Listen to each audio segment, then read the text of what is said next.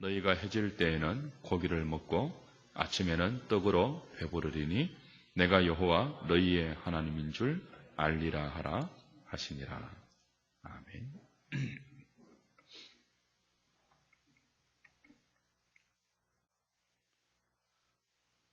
10가지 재앙을 거쳐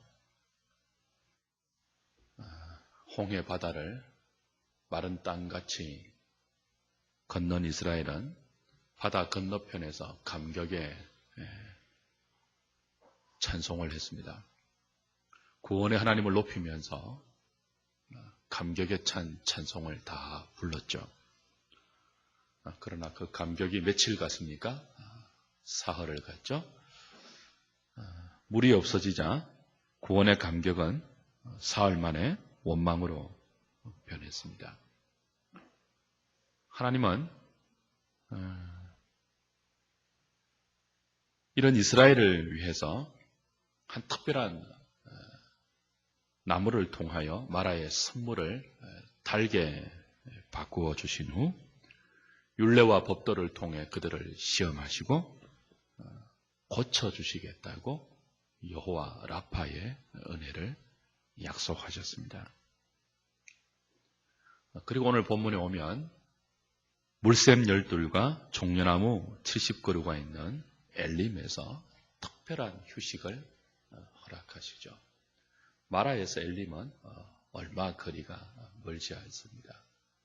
물샘 12, 종려 70그루는 약 300만 명 이상의 이스라엘이 전부 다 기대어 있을 수 있는 충분한 공간은 못 되지만 노약자나 특별히 지친 사람들을 위해서는 넉넉히 쉴 수 있는 휴식의 장소이죠. 엘림, 하나님이 예비해 놓으신 특별 휴가의 장소입니다. 사랑하는 여러분, 하나님께서 출애굽시킨 이스라엘을 물이 없는 수르 광야로 인도하셨습니다.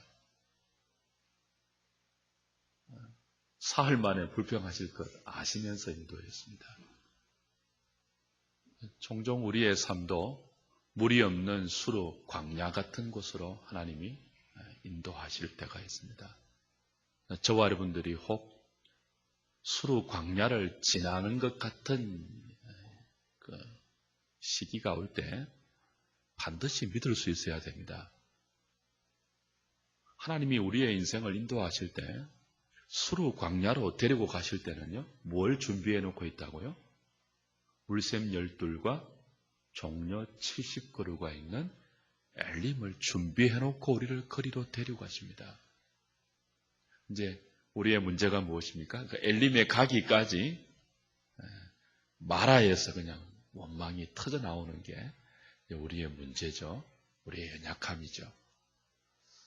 주께서 우리에게 은혜를 주셔서 마라의 선물에서 불평을 터뜨리는 것이 아니고 얼마 더 가지 않으면 하나님이 준비해 놓으신 이 물샘 12이 있는 종려 70그루가 있는 엘림까지 불평하지 않고 잘 갈 수 있는, 하나님을 신뢰하면서 잘 갈 수 있는 그런 은혜를 주시기를 바랍니다. 엘림에서 이스라엘 백성이 얼마나 머물렀는지 정확하게 알 수는 없는데 추측은 가능해요. 오늘 16장 1절에 보시면요,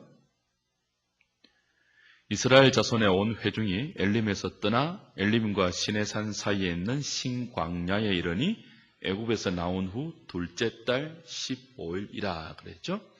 엘림을 떠나서 신광야에 도착한 날이 애굽을 떠난 지 둘째 달 15일이에요. 애굽을 떠난 지 45일 만에 신광야에 도착했습니다. 그럼 한번 본문의 흐름을 쭉 추적하면 넉넉히 추정이 가능하죠. 출애굽해서 수르 광야에 도달할 때가, 마라에 도달할 때가 사흘째예요. 그리고 엘림에서 신광야까지를 우리가 한 5일에서 8일 정도 봅니다. 5일에서 한 7일 정도, 길면 8일 정도 봐요.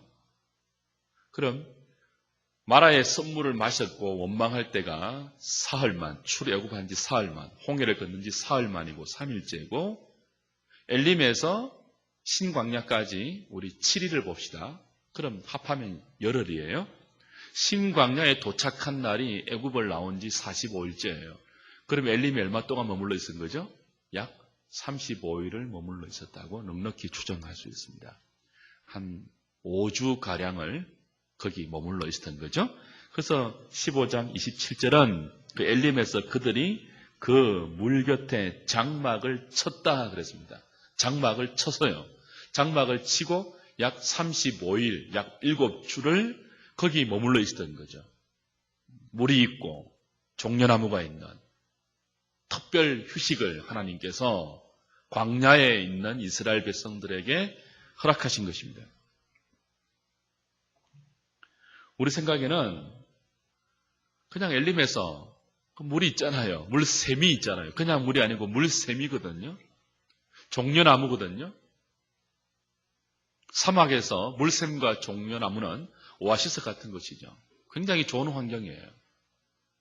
우리 생각에는 그 좋은 환경의 엘림에서 좀 더 오래, 아니 어쩌면은 그냥 거기 장막을 치고 영원히 살도록 하실 수도 있을 것인데, 하나님은 그렇게 하지 않으시고요.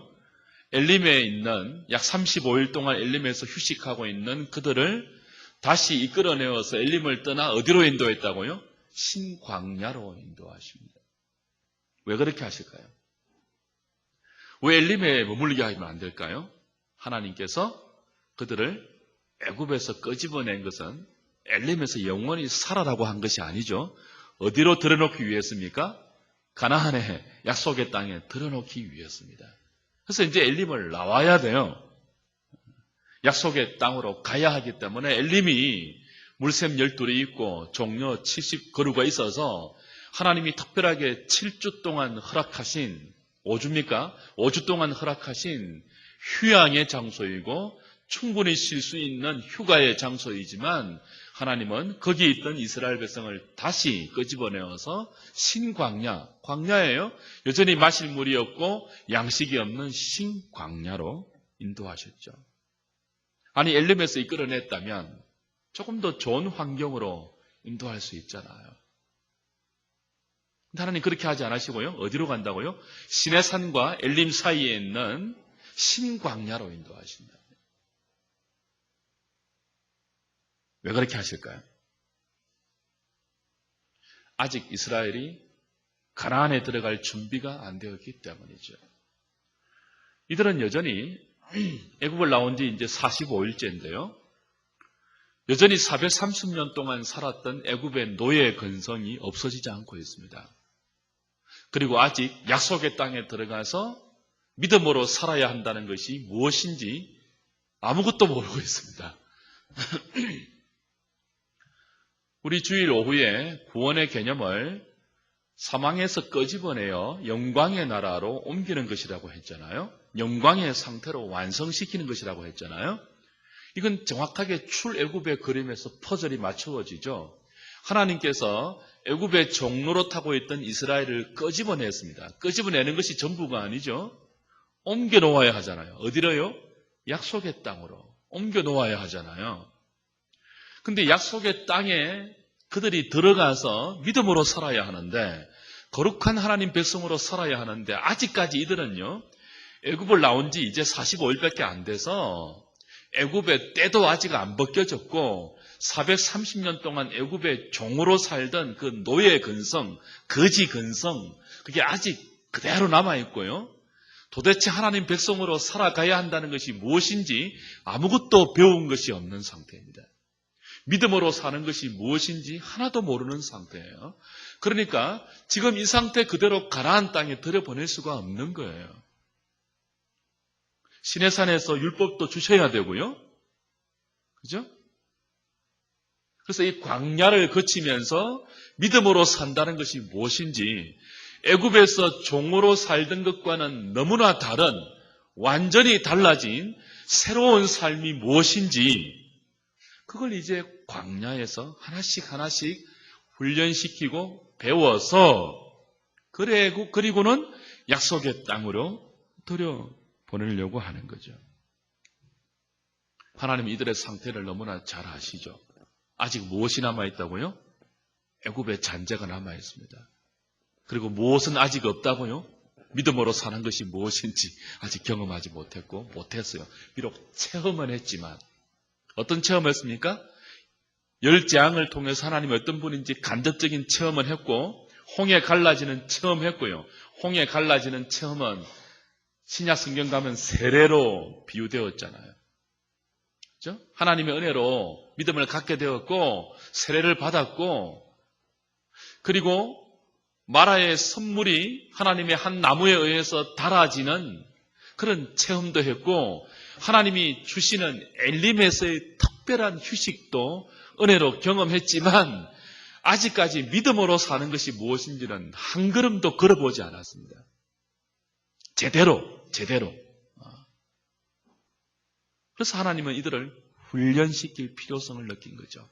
그래서 엘림에서 떠나게 하시고 신광야로 그들을 다시 이끌고 있는 것입니다.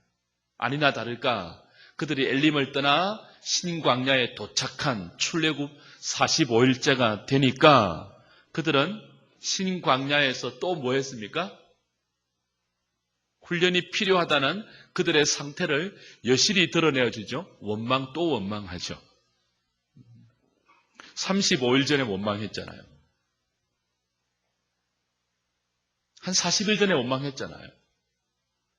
한 달 어간, 그리고 한 달 좀 넘게 하나님의 특별한 배려로 엘림에서 그렇게 잘 쉬었잖아요. 그런데 한 7일 만에 신광야에서 또 불평한다고요. 이번에는 뭐 때문에 불평하죠? 마라에서는요, 마실 물이 없어서 불평했고, 이번에는요, 먹을 것이 없다고 불평했습니다. 사실 이건 인간적으로는 이해가 돼요.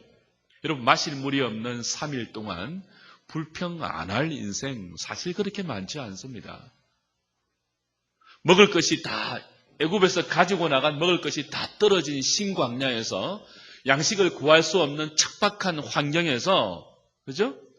이 생존의 문제가 달려있는 그런 형편에서 원망하지 않는 인생 사실 별로 많지 않을 거예요. 그러나 그 상태로는 가나안에 들어갈 수 없다는 거예요. 먹을 것, 마실 것. 그것으로 늘 불평하고 원망하는 그들의 상태, 사실 그게 애굽의 노예 근성이거든요. 그게 거지 근성이거든요. 먹을 것도 없으면 하나님 의심하고 마실 물 없으면 하나님께 대들고 오늘 그들의 원망의 내용을 한번 보십시오. 불평의 내용을 한번 보십시오. 이제 3절에 나오는데요. 16장 3절 한번 보실까요? 시작. 이스라엘 자손이 그들에게 이르되 떡을 배불리 먹던 때에 여호와의 손에 죽었더라면 좋았을 것을 너희가 이 광야로 우리를 인도해내어 이 온 회중이 줄여 죽게 하는도다. 원망도 정도 끝인데요. 여러분, 사람과 사람이 살아가면서 입이 있다고 말을 다 하고 살 수 없잖아요. 그죠? 머리에 생각이 난다고 그걸 입으로 다 뱉어내고 사면 어떻게 사람과 사람 사이의 관계가 유지가 되겠습니까? 할 말이 있고 안 할 말이 있는 거예요. 때로는 목구멍까지 이렇게 말이 올라와도 그걸 눌러야 될 때가 있습니다. 신앙생활도 동일해요. 하나님께 불평해도 할 말이 있고 안 할 말이 있습니다. 지금 이스라엘 백성들이 신광야에서 두 번째로 불평했던 내용은 한마디로 요약하면 그거예요. 요즘식으로 적용하면요. 내가 예수를 괜히 믿었다 그 뜻입니다. 애굽에서 죽게 놔두지 왜 아론하고 모세 너는 우리를 이끌어내어서 여기 광야에서 죽게 하냐는 겁니다. 무슨 말이에요? 예수 괜히 믿었다는 거예요. 여러분 할 말이 따로 있지. 신앙생활 하면서 불평을 해도요. 해도 될 말이 있고 해서는 안 될 불평이 있죠. 어떻게 이런 불평을 할 수 있습니까? 이건 부부 사이가 정말 부부 사이에서 해서는 안 될 말이 있잖아요. 조금 어렵다고 부부가 살아가면서 와, 나 그때 그 남자하고 결혼해야 되는데 어떻게 당신하고 결혼해서 그런 말은 해서는 안 되죠. 그건 정말 상대방을 모욕하는 말이거든요. 상대방의 존재 자체에 정말 모멸감을 주는 말이거든요. 그때 그 사람과 결혼할 걸 이럴 줄 알았다면. 그죠? 여러분 살아가면서 이런 위기 저런 어려움은 왜 없겠습니까? 인생살이에. 그럼 부부는 그 어려움을 함께 힘을 합쳐서 겪어내면서 더 깊어지고 더 넓어지고 더 단단해지는 것 아닙니까? 그런데 조금 어려움이 있으면 과거를 돌아보면서 그때 내가 좋아했던 그 사람과 결혼할 걸 괜히 당신과 결혼해서 내가 이 고생한다고 그런 생각이 들 수는 있겠죠. 근데 그 말은 해서는 안 돼요. 그런 말은. 우리가 살아가면서 예수 믿고 신앙생활 하면서 우리 뜻대로 인생이 안 풀릴 때 있죠. 그때 인간적으로 뭐 불평해서는 안 되겠지만 속으로부터 원망이 들 수 있는 것 아닙니까? 그러나 생각을 해도 말을 해도 정말 해서는 안 될 말이 있습니다. 내가 예수 괜히 믿었다 이거. 이건 하나님을 모욕해도 그렇게 모욕하는 말이 없어요. 여러분 출애굽할 때 지금 이들의 불평이 애굽에 다시 돌아가면 좋겠다 그 말 아니에요? 왜 끄집어내가 여기서 우리를 죽게 하냐 이 말 아니에요. 그죠? 근데 그들을 하나님께서 끄집어냈잖아요. 그냥 끄집어냈습니까?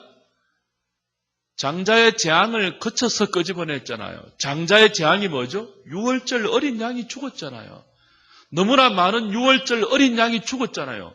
이스라엘 대신 이스라엘이 뭐라고? 죄 없는 어린 양들이 죽었잖아요. 이스라엘의 인구만큼 피를 흘리고 죽어갔잖아요.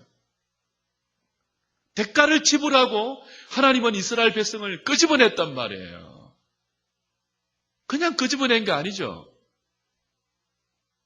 그냥 영원토록 애굽의 종로로 타다가 벽돌 굽고 그냥 고생하다가 그렇게 죽어도 되는 인생들을 하나님이 불쌍히 보시고 애굽의 압제 아래서 고통받는 것을 불쌍히 보시고 그 언약을 기억하시고 하나님의 어린 양을 희생시켜서 그들을 끄집어냈잖아요.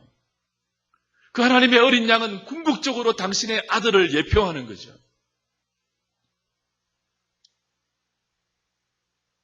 고귀한 죄인된 이스라엘 대신 죄 없는 어린, 흠없는 수컷 어린 양을 얼마나 많이 죽여서 하나님의 재앙을 건너뛰게 하고 그들을 건져냈는데 먹을 양식 조금 없다고. 양식 없습니까 진짜 여러분? 한번 생각해 보십시오. 양식이 없습니까 진짜? 있어요 없어요? 없어요 있어요? 있죠. 애굽에서 가지고 나온 양식만 떨어졌죠. 아직 가축은 남아있잖아요. 가축은. 가축 잡아먹으면 될걸. 그렇잖아요.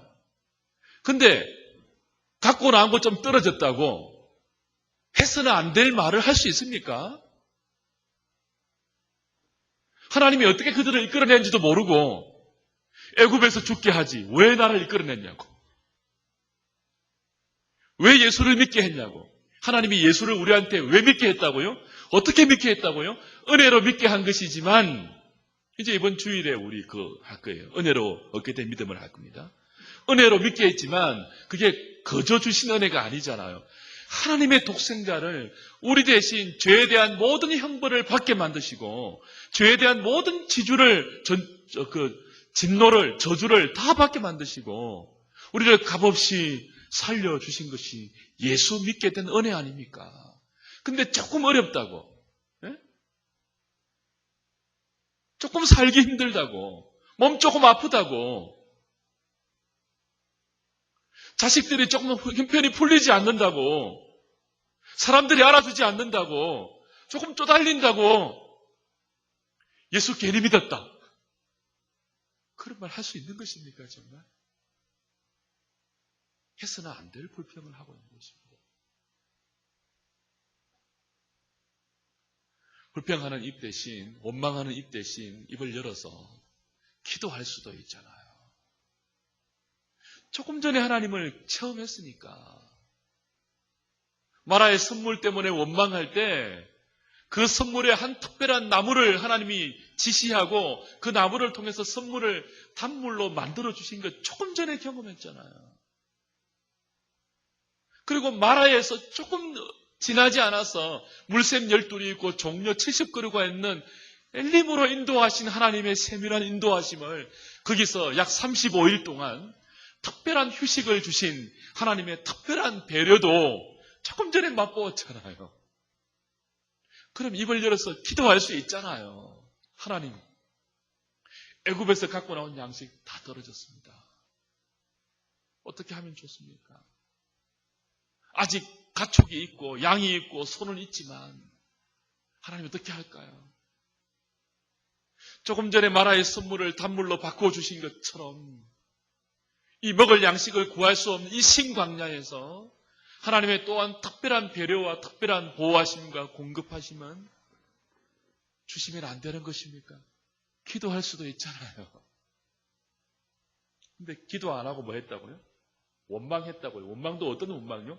해서는 안 될 원망했다고요. 내가 예수 괜히 믿었다고.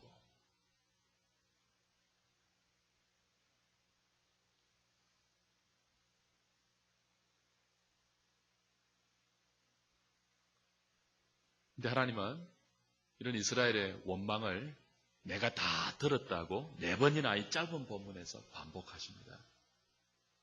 7절, 8절, 9절과 12절 보시면요. 이렇게 말해요. 이제 모세를 통해서 이런 말씀을 주시죠. 하나님이 아침에 하나님께서 너희에게 만나를 주실 것인데 너희가 여호와의 영광을 볼 것이다. 이는 여호와께서 너희가 자기를 향하여 원망함을 들으셨음이라. 우리가 누구이기에 너희가 우리에 대하여 원망하느냐. 8절에도 모세가 또 이르되 여호와께서 저녁에는 메추라기 고기를 주어서 먹이시고 아침에는 만나의 떡으로 배불리실 것이다. 이는 여호와께서 자기를 향하여 뭐예요? 너희가 원망하는 말을 들으셨습니다. 우리가 누구냐? 너희의 원망은 우리를 향하여 함이 아니요 여호와를 향하여 함이로다. 모세가 또 아론에게 이르되 이스라엘 자손의 온 회중에게 말하기를 여호와께 가까이 나오라. 여호와께서 너희의 원망함을 들으시느니라 하라. 12절에도요. 내가 이스라엘 자손의 원망함을 들었노라. 여호와께서 모세에게 말씀하시는 거죠. 12절은. 그러니까 4번이나 이 짧은 본문에 4번이나 하나님께서 너희의 원망을 들었다. 그렇게 말씀하십니다.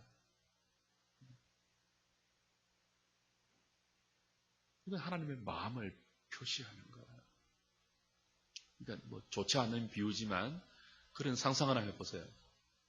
여러분의 남편이 여러분의 아내가 툭하면 원망하는 거죠. 당신이라는 사람 그러면서 내가 진짜 결혼 잘못했다. 툭하면 그런 원망하는 거야. 상상해 보세요. 그래서 이제 여호와가 이제 모세를 통해 이렇게 당신의 마음을 토로하시는. 내가 얘들의 원망을 들었다. 내가 너희의 원망을 들었다. 원망을 들었다. 원망을 들었다. 4번이나 그래, 4번이나. 얼마나 마음이 아팠습니다.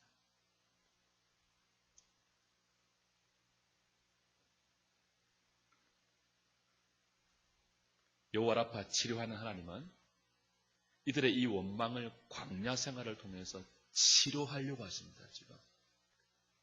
그래서 조금만 어려우면 불평하는 이들의 상태를 드러내시고 이제 그들을 고치시고 치료하는데 그 치료하는 하나님의 방법이 너무 놀라워요. 어떻게 치료하시죠? 자, 먹을 것이 없어서 지금 원망하고 있잖아요. 앞에는요. 마실 물이 없어서 원망하실 때는 선물을 단물로 바꾸어 주시면서 그들을 치료하셨죠. 여호와 라파로. 그죠? 지금은요. 양식이 없어서 우리가 괜히 나왔다. 괜히 예수 믿었다라고 원망할 때 양식을 주시면서 그들을 고치십니다. 너무 기가 막힌 하나님이에요. 저는 이 설교 준비하면서 너무 기가 막혔습니다. 내가 여호와 같으면 괘씸해서 양식이 없어 불평하는 것을 양식을 주면서 고치지 않겠습니다. 근데 하나님은요. 양식 없어서 괜히 예수 믿었다고 불평하는 이들에게 양식을 주시면서 시험하시고 양식을 주시면서 고치신대요. 네 번이나. 그게 이제 아침에는 만나를 주시는 것이고 저녁에는 메추라기 고기를 주시는 것입니다. 그런데 그 주시면서 하시는 말씀이 특별하죠. 16장 4절 보십시오.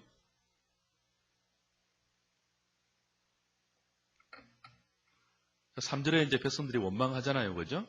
해서는 안 될 원망을 하니까 4절에 이제 하나님께서 들으시고 모세에게 이렇게 말씀하세요. 보라, 내가 너희를 위하여 하늘에서 양식을 비같이 내릴 것이다. 먹을 것 때문에 원망하니까 그 원망을 듣고 하나님께서 좋다. 내가 양식을 하늘에서 비처럼 내려줄게. 땅에서는 구할 데가 없으니까요. 심광야니까, 광야니까. 하늘에서 내려주시겠죠, 하늘에서. 그런데 그냥 내리시지 아니하고 하늘에서 내리는 양식을 통해서 내가 그들을 시험하리라. 이렇게 4절 후반부에 말합니다. 이같이 해서 그들이 내 율법을 준행하나 아니하나 시험하리라 그래요. 그리고 그 시험을 통해서 앞에 나오는 여호와 라파, 그들을 치료하시고 그들의 부패한, 틈만 나면 원망하는 그들의 부패한 본성을 고치시겠다는 거죠. 내 율법을 준행하나 아니하나 양식을 통해서 시험해서 고치겠다는 거예요. 근데 지난번에도 말씀드렸지만 아직 시내산에서 율법을 받기 이전입니다. 율법을 주지 않았는데 무슨 율법에 준행하는지 아니하는지 시험이 됩니까? 여기 말하는 율법은 바로 이거죠. 아침마다 내가 하늘에서 빛처럼 양식을 줄 것인데 일용할 양식만 너희들은 거두어라. 그리고 뒤에는 뭐라고 나온다고요? 6일째는 갑절을 거두어라. 그게 이제 여기서는 율법이에요, 율법. 이걸 지키는지 안 지키는지 시험하겠다는 것입니다. 이 시험을 통해서 원망하는, 먹을 것 때문에 원망하는 그들의 부패한 본성을 고치겠다는 거예요. 그리고 훈련시켜 나가겠다는 거예요. 자, 이게 왜 시험이 되죠? 하늘에서 양식이 내리는데 하루치만 거두라고 하잖아요. 하루치만. 6일째는 그죠? 안식일을 대비해서 이틀치를 거두고. 아무리 많이 내려도 비같이 내리는데 하루치만 거두래요. 일용할 양식이 강조되죠. 저녁도 그래요. 여러분 무슨 뜻이에요? 매일매일 하나님이 공급해 주겠다는 거죠. 하루치만 거두라는 것은 매일 하나님이 양식을 책임지겠다는 거예요. 지금 이들이 양식이 없다고 불평하잖아요. 그죠? 근데 하나님은요, 양식을 주시되 매일매일 주시겠다는 거예요. 얼마만큼요? 일용할 만큼만. 이걸 못 믿으면 어떻게 되겠습니까? 매일 하늘에서 비같이 하늘에서 양식이 내려요. 만나가. 근데 내일도 주실 것이라는 것을 못 믿으면 어떻게 될까요? 많이 거두겠죠. 그럼 이제 시험이 되는 거예요. 율법을 준행 못하는 거고 그건 곧 하나님을 신뢰하지 못하는 거예요. 여러분, 모든 율법은 사실 이 시험이에요. 율법의 계명에 순종한다는 것은 하나님을 신뢰한다는 뜻이고 하나님을 사랑한다는 뜻입니다. 그 계명에 순종치 않는다는 것은 하나님을 신뢰하지 않는 것이고 사랑치 않는 것이 드러나는 거예요. 그걸 통해서 이제 부패한 본성을 하나님이 그리스도를 의지해서 고치게 만들죠. 하나님 백성은 이제 애굽에서 나와서 가나안 땅에 들어가 살아야 합니다. 근데 아직 이들이 가나안 땅에 들어갈 믿음의 준비가 안 되었죠. 어떻게 살아야 하는지 모르고 있단 말이에요. 어떻게 살아야 한다고요? 가나안 땅에 들어가서 그걸 이제 광야에서 배우죠. 어떻게 산다고요? 매일매일 하늘을 보고 살아야 돼요. 가나안 사람들은요, 매일매일 양식을 구하기 위해서 땅을 파고 삽니다. 땅을 보고 삽니다. 땅에서 양식 없으면 불평하고 원망하는 것이 신광야에 있는 이스라엘 백성들과 모든 부패한 인생들의 자연스러운 반응입니다. 땅만 쳐다보면 땅에 먹을 것이 많으면 교만하고요. 먹을 것이 없으면 좌절한다고요. 그리고 그 좌절이 깊어지면 원망과 불평으로 나간다고요. 이런 그들의 믿음 없음을 하나님이 어떻게 치료하고 계시고 어떻게 교육시키고 계시죠? 땅을 아무리 쳐다봐도 양식이 없는 광야에서 하늘을 쳐다보게 만드는데 그것도 매일매일 매순간 쳐다보게 만들어요. 우리는 그걸 믿음이라 그럽니다. 이걸 광야에서 훈련해야지만 가나안 땅에 들어가서 그곳 사람과 다르게 살 수 있습니다. 어떻게 해요? 매일 하나님을 의존하면서요. 누차 말씀드리지만 불신자들의 삶의 방식은 하나님을 떠나서 자기 인생을 자기가 계획합니다. 자기가 꿈꿉니다. 자기 인생의 성공과 실패가 자기에게 달려 있습니다. 그래서 자기 힘으로 자기를 지켜야 하는 사람들이 하나님을 떠난 모든 불신자의 근본적인 삶의 시상이에요. 그러니까 그들은 독해져야 되고요. 그들은 많이 모아야 됩니다. 땅에서. 하나님 없는 사람들은 자기 힘으로 자기 인생을 자기가 확보하고 책임져야 되기 때문에 어떻게 하든지 땅에 있는 것을 많이 긁어 모아야 돼요. 그게 애굽의 삶이고 가나안의 삶입니다. 하나님은 그런 삶에 있던 이스라엘 백성을 이끌어내어서 가나안 땅에 들여보내시면서 어떻게 살도록 하신다고요? 매일매일 하나님이 책임져 주는 하나님 백성의 삶을 산도록 하신다고요. 그래서 보배롭고 존귀로운 하나님의 자녀 삼으셨다고요. 니네들은 내가 책임져. 6월절 어린 양 된 내 아들까지 니네들 위해서 내가 주었는데 다른 모든 것을 내가 아끼랴? 신약식으로 말하면 그거죠. 그걸 믿는 게 하나님 백성입니다. 믿는 게. 그걸 어디에서 훈련시킨다고요? 광야에서 훈련시킨다. 아직 구원받았지만 이스라엘 백성들은요, 먹을 양식 떨어지면 하나님께 해서는 안 될 원망까지 해대는 수준밖에 안 됩니다. 아직까지는. 예수 믿은 지 45일밖에 안 돼요. 구원의 감격은 있지만 그 구원의 감격이요, 사흘 만에 양식 없고 물 떨어지면 원망으로 바뀌는 수준밖에 안 돼요. 이들은 아직 하나님을 의존하면서 이 세상에서, 세상이 어떤 세상이에요? 약육강식, 그죠? 무한 경쟁의 세상에서 하나님만 의존하면서 살아가는 믿음을 아직까지 모르죠. 훈련받은 적이 없죠. 그걸 이제 여기서 훈련시키는 거예요. 매일 하늘만 쳐다보게 만드는 거예요. 너희들이 내 율법을 준행하는지 안 하는지 시험하시는 거죠.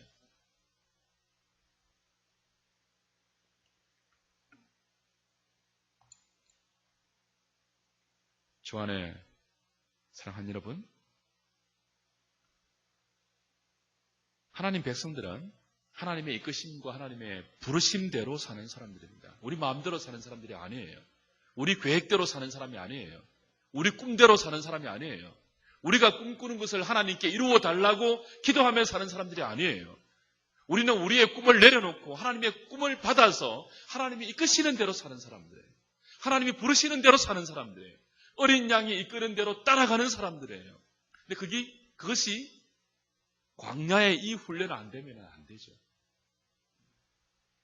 매 순간, 매 걸음걸음 하나님 의지하는, 하나님을 신뢰하면서 하나님께서 내 삶을 책임진다는 이 믿음 없이는요, 이끄심대로 살지 못합니다. 부르심대로 살지 못합니다. 그래서 그거 훈련시켜서 가나안 땅에 들여보내는 거예요. 그래서 엘림에 있는 그들을 이끌어내어서 신광야로 다시 들여보내는 거죠.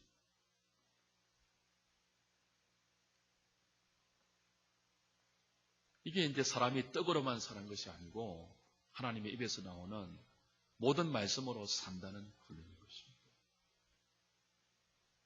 사랑하는 여러분, 하나님께서 우리 일생 전체를 통해서 이걸 핵심적으로 훈련시키시고요. 예수 믿는 첫걸음부터 사실은 이걸 훈련시키십니다. 이 훈련 우리가 잘 받아야 돼요. 이 훈련을 못 받으면요, 늘 불평합니다. 조금 많이 있으면 교만해지고, 어서대고요, 어깨 힘들어가고요, 좀 없으면 주눅 들고요, 그리고 좌절하고요, 죽고 싶어 하고요, 불평하고요, 해서는 안 될 말 하고요. 이런 우리를 아시고 하나님은 정말 우리를 훈련시키고 계시고 고치고 계시고 여호와 라파 은혜로 치료하고 계시죠. 신광야는 은혜의 수단인 것입니다. 말씀 맺을까요?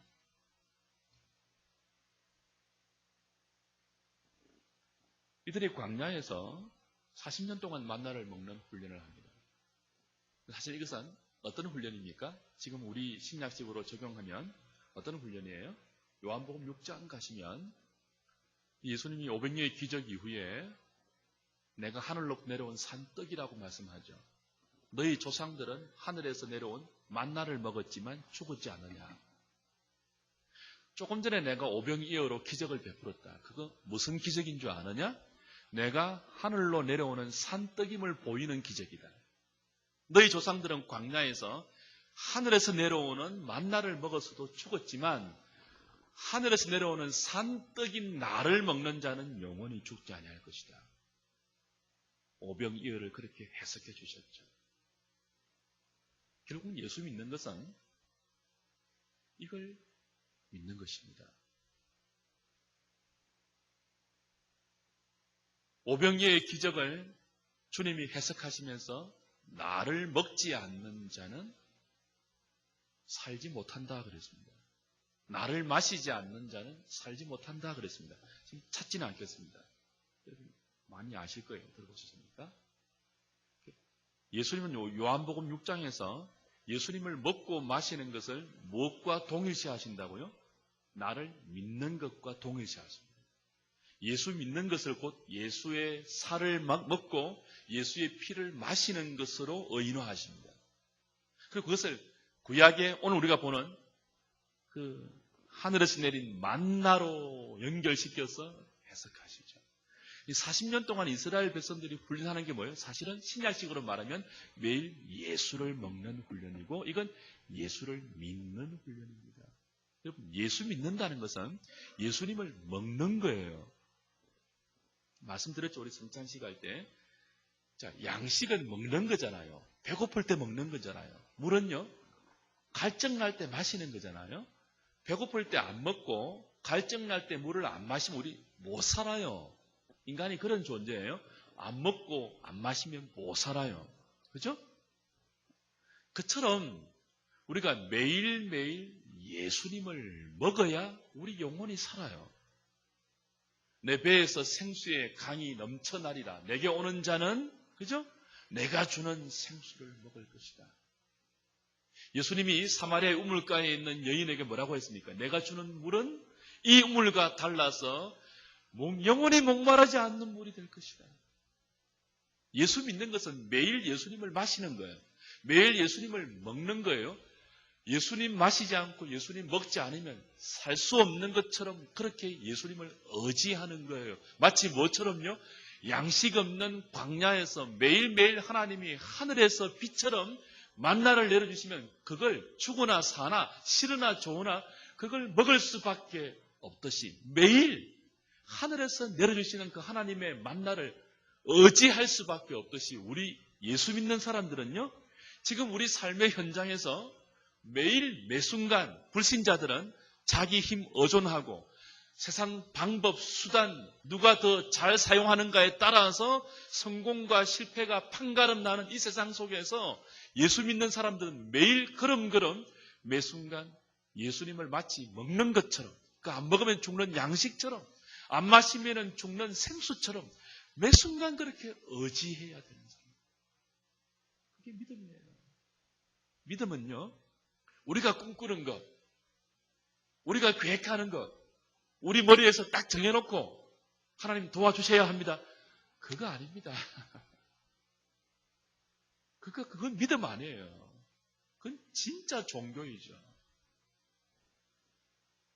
여러분, 조엘 어스틴이 지금 망발을 했죠. I am 시리즈 냈잖아요.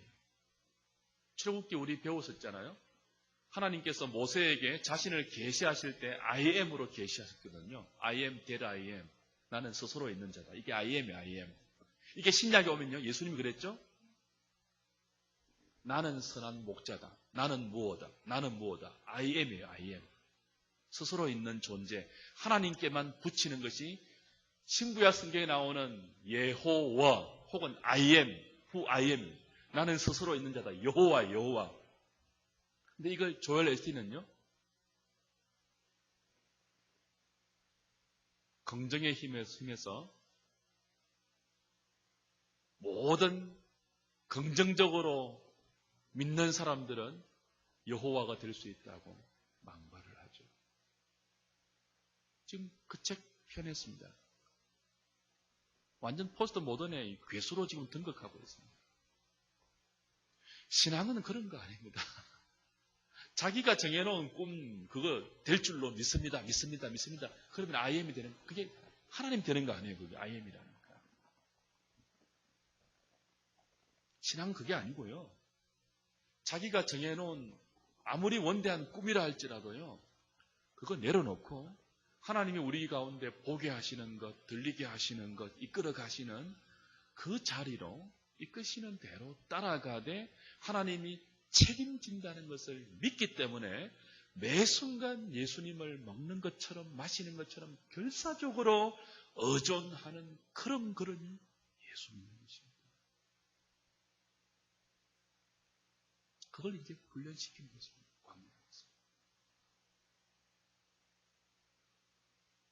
지금 우리 중에는 막 홍해를 걷는 분들도 있을 수 있고요. 교회는 다양하죠, 사람들이. 아직 홍해를 건너지 않는 사람도 있을 수 있습니다. 회심하지 못한 사람.